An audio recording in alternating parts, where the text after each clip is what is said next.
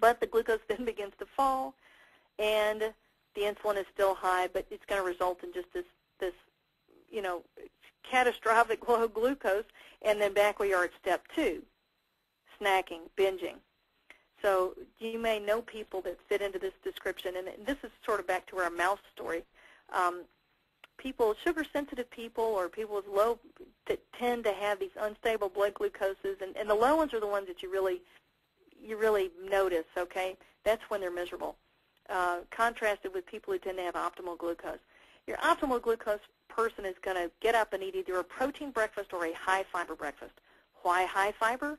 Fiber is going to slow down the absorption of any of the other carbohydrates that may be eaten. If you're just eating a low-fiber breakfast, then those carbs go straight into your bloodstream, and you get into this insulin glucose peak and trough situation. So high fiber or high protein.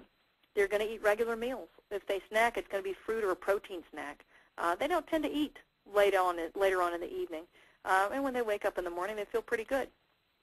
Your sugar-sensitive person, your person is tending towards low blood glucose, they tend to skip breakfast, or if they eat it, it's a pastry, which is one of the worst things you can eat. It's bad for your glucose. It's bad for your lipids. It will drive your triglycerides through the roof, and it's going to drive that roller coaster ride of highs and lows with your blood sugar.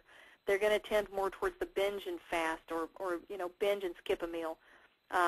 When snack time comes around, they're going to eat. What are they going to have? Coffee and donut. And instead of going from miserable to normal, they may hit the frenetic side of things. This is the person who's up late eating snacks. Maybe they get up at 2 in the morning to eat their ice cream. And when morning rolls around, and this may not all happen in the same person, but you begin to notice these things in people after a while. They may feel very sluggish in the morning. They may feel hungover, even though they didn't have any alcohol. They may describe body aches. They feel like their whole body is made of lead, very heavy, very sluggish. This is all, diet associated, so far as I can tell. So the way someone comes across, someone with an optimal glucose most of the time is going to tend to feel energetic. They'll feel focused and relaxed. They'll have a clear mentation, good memory. When they're confronted with the problem, they'll tend to look for a solution. When it's time to do things, they set goals that are achievable. They tend to be even-tempered and appropriately happy and sad, not at the extremes. Your low glucose, sugar-sensitive person, they're usually going to be tired, restless, distracted. They may tend to get confused easily, forget things, very easily frustrated. When they're confronted with a challenge, they just decompensate, okay? And instead of setting achievable goals, they may be grandiose. Your low glucose person is this is the person that says, I'm going to clean the house every Monday for the rest of my life. Well, I mean, that's pretty far out there. Whereas the contrast, I'm going to get a trash bag and collect all the trash from the different rooms in my house. That's a very achievable goal. This is someone that's not going to be frustrated by setting goals that no one could achieve. Your low glucose person may tend to be more irritable, may pop off, just may be even volatile, or the extremes of happiness and sad, giddy to tearful. So these are all things to look for. And glucose is not the only thing associated here. I'm trying to paint with broad strokes a picture of how someone may look if they're really sensitive to sugar and what it does in the body. And I'll talk about what it does in just a second. Dr. Elizabeth, quick question. Yeah. I've always been a little confused about this. What makes a person have a tendency to low glucose? Is it that the body uses up so quickly that there's nothing left? I mean, I think there are a lot of different things that may play into it, and I think that epigenetics that I talked about may play a real role. But person to person, there may very definitely be an inherited tendency towards, say, the sugar sensitivity or towards low sugar. And the high sugar things that we tend to eat in our society make it much, much worse. That's why I'm sort of maligning the coffee and donut approach and the pastries, because that actually drives the roller coaster. And it's rough. Actually, one of the things that's come clear out of some of these, I call them prudent carbohydrate diets, things like the, not Atkins, that's a bit extreme, but the South Beach diet. We're learning one of the things that these simple carbohydrates do is drive hunger. They make us hungry.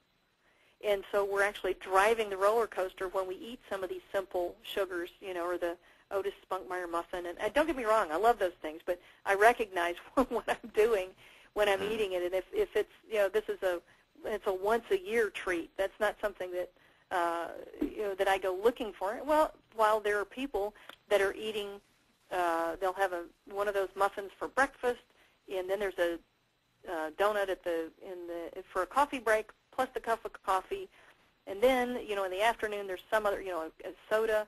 I think most of our calories, we now know in America, most of our calories come from soft drinks. So that again, that's going to drive that roller coaster. There goes our sugar through the roof. There goes our insulin up to chase it, and then we bottom out again. So I don't think it's any one thing, but it's certainly there may be an inherited predisposition plus a bunch of really bad habits that we can change. Right. Does that help? Yes, it does. Thanks. Okay. Sleep. Now, sleep is necessary for the body. You have to let your body repair itself, as well as giving it what it needs to repair itself. You have to give it the chance. Synthesis of growth hormone.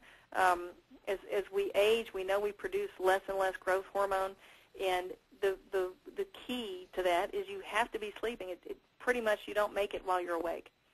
Sleep deprivation is responsible for traffic accidents, miscalculations. Sleep deprivation is pretty impressive. They've done studies. They'll do driving simulation, and they'll give one group escalating doses of alcohol and have them do the driving simulation test, and they'll give the other group, they'll make them sleep deprived with escalating quantities of sleep deprivation, I guess, if you could think of it that way. And the ones with the alcohol not only do better than the ones that are sleep deprived, the ones with the alcohol at least respond appropriately. Some of these driving simulation situations, you actually might hit a pedestrian. They're appropriately not happy about it. The people that are sleep deprived are laughing. So sleep deprivation is a serious situation and definitely something to be avoided. We have to allow the nerve receptors to rest so that they can respond normally to neurotransmitters present at normal levels.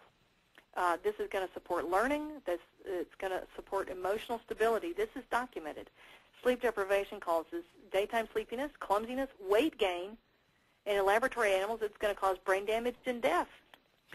The other thing, and this is, if you think about it, this makes sense if you've ever been sleep deprived yourself, you can't put events in their proper perspective. This is going to be someone who's going to tend to overreact to things just because of the sleep deprivation. So how much do we need? The longest life is associated with people who sleep 6.5 to 7.5 hours nightly.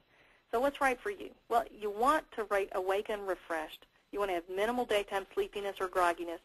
And I just can't help but put this factoid in there. We also know the least heart attacks. Heart disease, heart attacks, the number one killer. Least heart attacks among those who take an afternoon nap. So a lot of people may need that 20-minute recharge or power nap or something. And then do things to promote sleep. Please limit stimulants. I mean, there's we could probably do an entire hour on sleep hygiene. No TV in the bedroom. Don't work in the bedroom. The bedroom is for sleep. Make sure the lights are off. Make it a pet-free zone. But many people, especially as we're aging, to middle age and older, may have better quality sleep if they take things like melatonin, valerian, or tryptophan. I'm not as big a fan of kava or kava kava. Now, this is not the acid-free coffee drink. That's something called kava. This is the herb kava. We know that it's